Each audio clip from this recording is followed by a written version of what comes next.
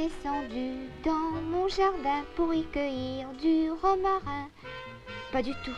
Chaque février, c'est du pareil au même.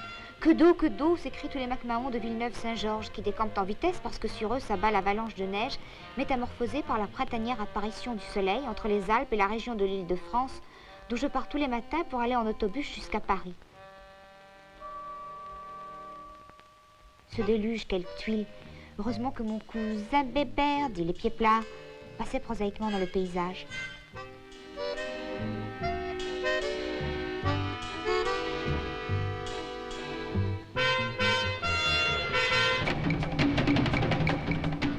C'est ainsi que j'imitais Blondin. Si vous ne savez pas qui est Blondin, tant pis. J'avais peur d'être en retard à la fac, aussi réclamais-je des bottes. Oui, des bottes, à mon deuxième cousin Léon. Le jeune et beau Léon, le roi de l'accordéon.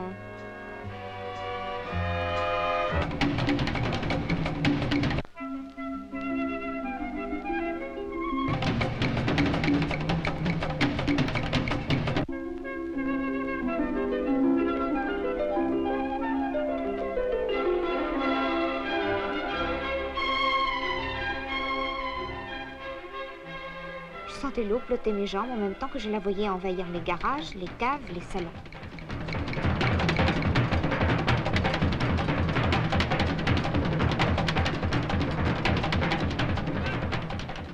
Je dis adieu mes jolis en pensant à Raymond Chandler, écrivain que j'admire. Et Chaboté de banlieue me lançait dans l'aventure comme le célèbre Arthur Gordon Pym, imité par du reste pas mal de mes concitoyens.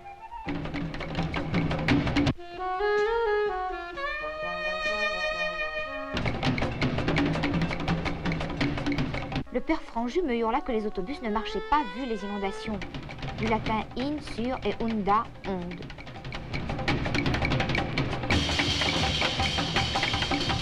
Je fis de l'autostop et tombai sur un type pas si mal que quoi, pas si mal tout court.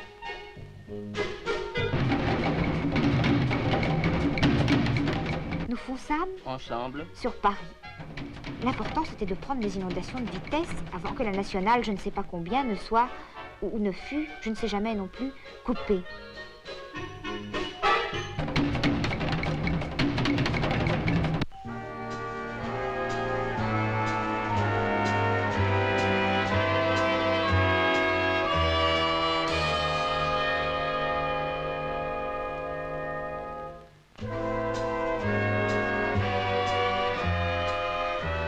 On faisait fréquemment marche arrière car l'eau, je le redis, fréquemment nous barrait le passage. De sorte que l'auto, tel un petit renard galopant en souplesse dans les chemins creux, se retrouvait le museau dans la flotte 5 minutes après. Est-ce que vous saviez que sur la Côte d'Azur, après veut dire avant? Vous allez dire que je m'écarte du sujet, que je ferais mieux de ne pas faire de digression. Justement, ça me rappelle un truc à la Sorbonne. Il y avait Aragon qui faisait une conférence sur Pétrarque. Ici, j'ouvre une parenthèse. Aragon, tout le monde le méprise. Moi, je l'aime, je ferme la parenthèse. En Sorbonne, donc, Louis Aragon qui fait une conférence sur Pétrarque. Il commence par se lancer dans un éloge terrible de Matisse. Ça dure au moins 3/4 d'heure. Finalement, un étudiant lui crie du fond de la salle « Au sujet !» Et Aragon, magnifique, fait simplement remarquer en terminant la phrase interrompue par l'étudiant que toute l'originalité de Pétrarque consiste précisément dans l'art de la digression. Moi, c'est idem. Je ne m'écarte pas de mon propos, ou alors c'est que c'est mon sujet profond. Exactement comme une auto que les inondations écartent de son trajet normal et forcent à rouler à travers champs pour gagner la grande route de Paris. Au lieu de me faire la cour, de dire que j'avais des oreilles aristocratiques, une poitrine adorable, le type à côté de moi parlait sans arrêt de sa voiture dont il vantait les mérites d'une voix qui contrastait artistiquement avec le bruit du vent sur la carrosserie. La Ford Taunus, c'est la reine. Et moi je pensais 403, Chrysler, Maserati, Lotus, d'accord, mais pas Ford Taunus. Pas parce qu'elle est allemande, j'adore les Allemands. Hölderlin, Max et Maurice, Wagner, mais la Taunus, je suis contre. Le Fordiste demanda puisqu'il y avait des choses pourquoi j'étais contre, s'il y avait des choses pourquoi j'étais pour, et je dis pour arriver à Paris avant la tombée de la nuit. Vous en faites pas, dit-il en évitant une limace qui traversait la route, qui serpentait elle-même depuis 20 minutes dans cette partie du bassin parisien qui défilait lui-même lyriquement dans le rétroviseur. Mais à force d'aller dans tous les sens pour rejoindre la nationale, on tournait en rond. Nous longeâmes la piscine où Léon, l'année dernière, m'a pris la brasse orthodoxe.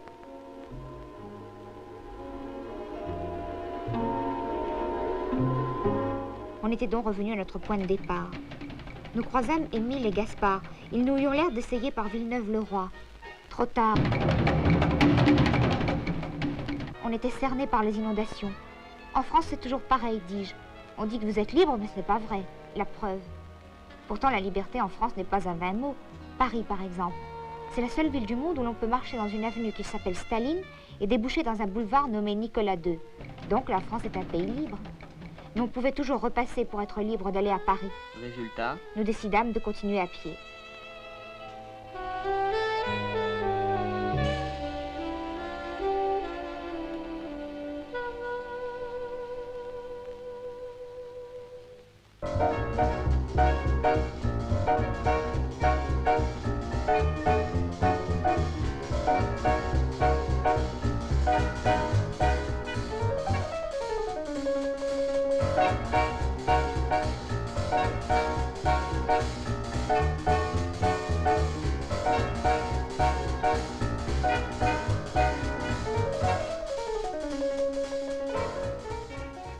De loin, je n'ai l'air de rien, mais je pense à des milliers de choses. L'air mouillé, le soleil. Baudelaire, c'est le poète idéal. c'est lui qui a dit Les soleils mouillés de ces ciels brouillés, pour mon esprit ont les charmes si mystérieux de tes traîtres yeux, brillant à travers leurs larmes. Après ça, que dire? taisez-vous.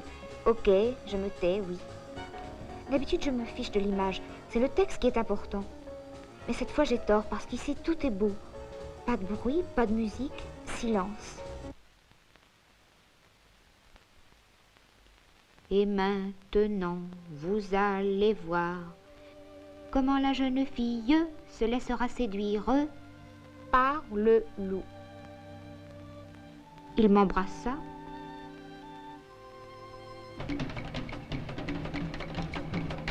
Il me caressa. Autour de nous, les inondations continuaient milliard après milliard leurs dégâts. Pas de gars. Le tableau était impressionnant, pas impressionniste.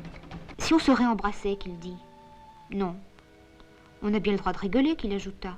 J'ai pas envie. Je parie que j'arrive à vous faire rire, qu'il se renchérissait en oubliant le tragique de la situation. Je pariais que non. On fit un marché. S'il arrivait à me raconter une histoire drôle, d'accord, ok, il aurait le droit de m'embrasser. Bon, je commence, il fait. Vous connaissez l'histoire du type qui demande c'est votre fils, madame, quel œuf, vous en avez combien, 12, quelle omelette? Je trouvais ça idiot. Et l'histoire du savant yougoslave qui passa toute sa vie à prouver que l'Iliade n'avait pas été écrite par Homère, mais par un autre grec qui s'appelait également Homère. Qu'y avait-il de drôle? Je ne le voyais pas.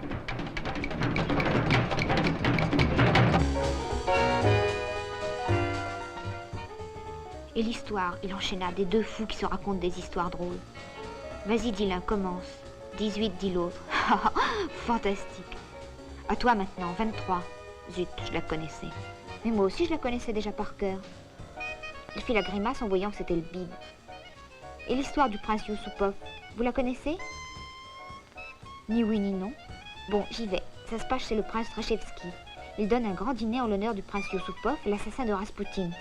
Vous la connaissez? Non. Non. Bon, je continue, continue-t-il.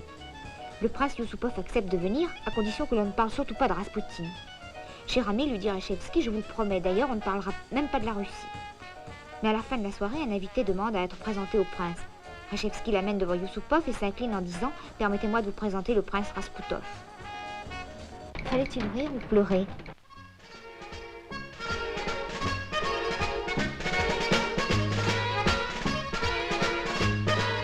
Je m'aperçus qu'il m'embrassait. Ses baisers résonnaient sur mes lèvres comme une goutte d'eau, et comme il faut bien retomber sur ses pieds, de goutte d'eau à inondation, il n'y avait qu'un pas que nous franchîmes pour résoudre le problème de l'heure, comment aller à Paris. Impossible de continuer à pied. On se mit à la recherche d'un bateau pour rejoindre la Ford Tonus dont un lac dorénavant nous séparait. J'étais perdue dans mes pensées. Elles naissaient les unes des autres et couraient dans mon âme comme les nuages emportés par le vent sur un fond grisâtre voilaient le ciel. Cette phrase n'est pas de moi, elle est de Balzac dans La Duchesse de Langeais.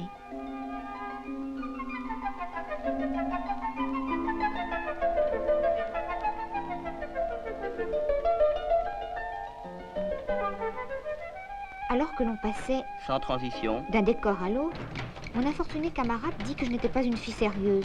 Mais le drame à notre époque, dis-je, c'est que tout devient sérieux. On ne siffle plus dans la rue, on travaille par devoir. Aujourd'hui, c'est vrai, tout est fichu parce que l'art est devenu sérieux. Les pieds nickelés, c'était battre. Oui, mais batte aujourd'hui, c'est une expression qu'on méprise. À la place, on emploie des mots bassement vulgaires. Le mot authentique, par exemple. Alors que batte, c'était clair et charmant. Il y a d'autres mots aussi. C'est dommage qu'ils aient disparu. Comme galette au lieu d'argent. Et mirliflore pour jeune homme qui fait l'agréable. Mirliflore, c'était merveilleux. Oui, mais aujourd'hui, tout ça, c'est fini. Valérie Larbaud est mort, Paul Éluard est mort, Jean Giraudoux est mort. Toutes ces idées trottaient en ribambelle dans mon cœur, tandis que les 18 chevaux de la Tonus galopaient joyeusement sur la route de Paris enfin retrouvée. Plus le Fordiste accélérait plus fort, moins ces beaux yeux d'amour me faisaient mourir moins vite. Comme le truc, vous savez, moins je pédale plus fort, plus j'avance moins vite, ou plus je pédale moins fort, moins j'avance plus vite, bref. Nous arrivâmes. Alors que l'eau grimpait déjà sur les pieds de la tour Eiffel. Eh bien, j'étais heureuse. Ce type à qui je disais sale type quand il m'embrassait, ce Mirliflore, j'allais probablement dormir chez lui ce soir. Car si l'eau inondait la France, moi, c'était le bonheur.